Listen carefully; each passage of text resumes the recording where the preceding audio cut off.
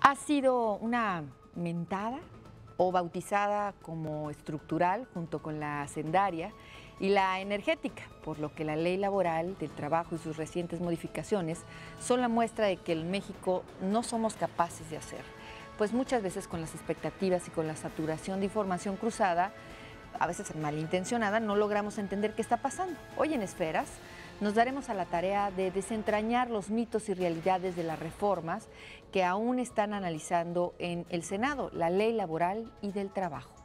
Adelante.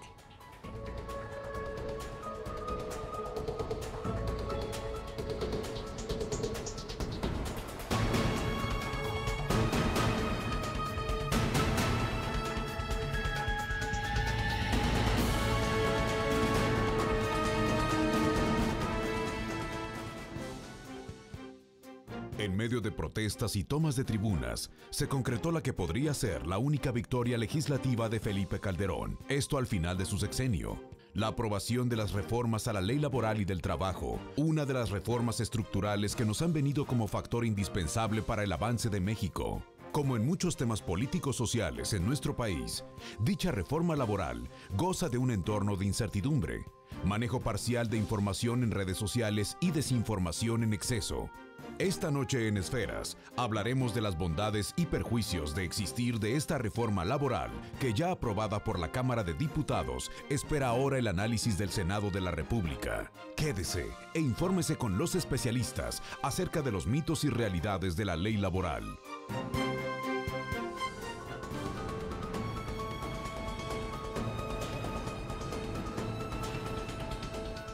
Con la novedad que yo soy Cecilia Márquez y le estoy dando la bienvenida a Esferas. Este es un espacio de análisis político-social, por lo que vamos a discutir respecto a la ley de reforma en lo laboral y vamos a abundar sobre todos los mitos que tienen en general. Pues hoy invito a la doctora y académica Raquel Partida Rocha, también contactamos con la presencia de el maestro Adán Romero Mesa y con el doctor en Derecho Ángel Guillermo Ruiz Moreno, todos orgullosamente universitarios de la Universidad de Guadalajara y bueno, pues que saben mucho de este tema en lo laboral. Gracias por venir. Gracias. Gracias a ti por invitarnos. ¿Por dónde empezamos? En general, ¿la reforma laboral era necesaria? Muy necesaria. Exageradamente necesaria. Estábamos completamente fuera de contexto. Y si bien lo interesante sería que se aplicara inclusive la ley que existe, o sea, que la ley que está existe, pero evidentemente que se requieren estas reformas urgentes, muy urgentes. ¿De cuándo es esta o data esta ley que tenemos del trabajo? 1970. Uy, bueno, pues ya han cambiado muchos, ya crecieron los sauces, como dicen. Ya crecieron los sauces, así es. Entonces, ¿esta reforma que presentó Felipe Calderón es diferente a la aprobada por los diputados? Bueno, en términos generales hay algunas modificaciones. Creo que en cierto modo se sintió por parte de la Cámara de Diputados la necesidad de hacerle ajustes a esa iniciativa. No es exactamente lo que aprobó la Cámara de Diputados, lo mismo que envió la iniciativa.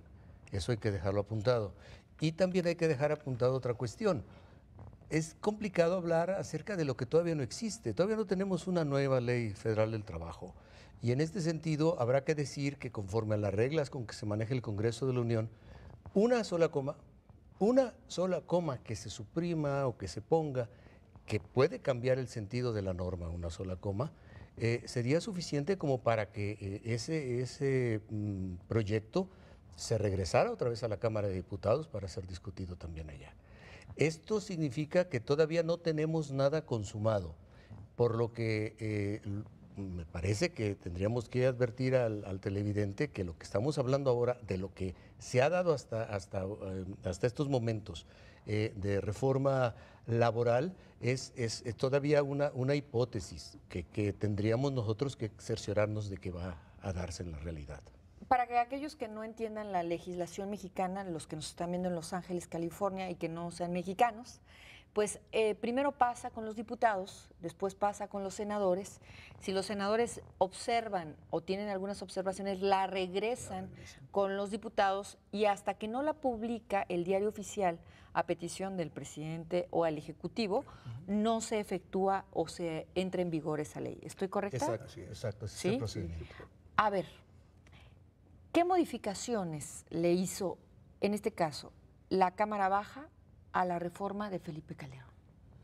Bueno, más que enunciarlas, a mí me gustaría, primero que nada, contextualizar las opiniones que en todo caso daría yo aquí en esta mesa.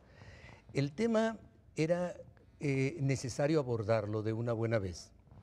Y se había venido postergando ese estudio porque había habido ya innumerables proyectos de ley, de reforma a la ley laboral, y en este sentido creo que la cuestión que detona toda esta situación de las prisas aparentes que se ha hablado mucho, yo he escuchado a los compañeros, he leído y también veo en los medios masivos de comunicación junto con las redes sociales, ¿para qué las prisas siendo un asunto tan urgente? Y en este sentido cabría decir que hace unos pocos meses se había reformado la Constitución Política para los efectos de darle cabida a una figura jurídica que se llama iniciativa preferente.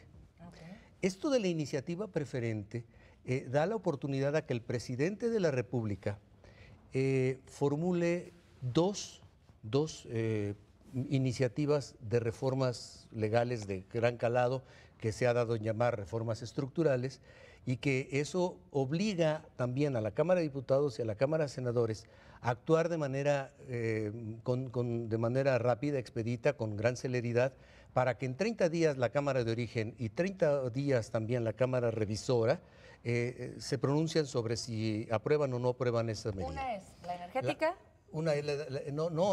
La reforma que se hizo sobre transparencia, okay, que solo tardó 5 minutos en ser aprobada en la Cámara de Diputados, en la Cámara de Senadores. A todos los periodistas. Ay, sí. En la Cámara de Senadores y ahora se fue para la Cámara de Diputados para que se hiciera la revisión, porque cualquiera de los dos podía ser en cada Cámara de Origen. Y en este caso, lo que sí llamó la atención fue precisamente la reforma de gran calado, que parecía imposible, porque son asuntos tan polémicos, que es imposible lograr la unanimidad. Yo le quiero mencionar a los compañeros de la mesa que tengo el privilegio de ser desde 2003 presidente de la Asociación Iberoamericana de Derecho al Trabajo y la Seguridad Social. Y a partir de abril de este año soy presidente de la Academia Mexicana de Derecho del Trabajo y de la Previsión Social. He seguido puntualmente, paso a paso, todos los días el desarrollo de esta cuestión. Aquí lo primero que tendría yo como objeción al proyecto de la iniciativa preferente del presidente Calderón es que no fue consultada la academia. Nunca nos habían dejado fuera de las opiniones, y muchas de las ocasiones, debido a la opinión de los académicos, fue como no habían pasado anteriores proyectos. Pero ahora con la iniciativa preferente, digamos que se encontró el truco para brincarse todas las cuestiones y decir, como esto ya es urgente, así va y todo. O sea, hay un dicho alemán que dice, echa la ley, echa la trampa, ¿no? Claro. Entonces se hizo la ley que aprobaron todos los partidos, porque seguramente cada uno de ellos pensó que al menos iba a tener derecho en el sexenio próximo a formular 12 propuestas de reformas estructurales que requiere el país, y en este sentido fue como se dio la oportunidad para que el presidente Calderón, siendo supuestamente el presidente del empleo, que ya sabemos que no se ha creado empleo, al contrario hay un adeudo terrible de esto, pero aunque ese es otro tema, se saliera de alguna forma con la suya, siempre y cuando se apruebe esta ley y entre en vigor. Vamos a ir a la pausa y me gustaría que analizáramos cuáles son los mitos y las realidades de esta reforma, a quiénes afectan y a quiénes benefician.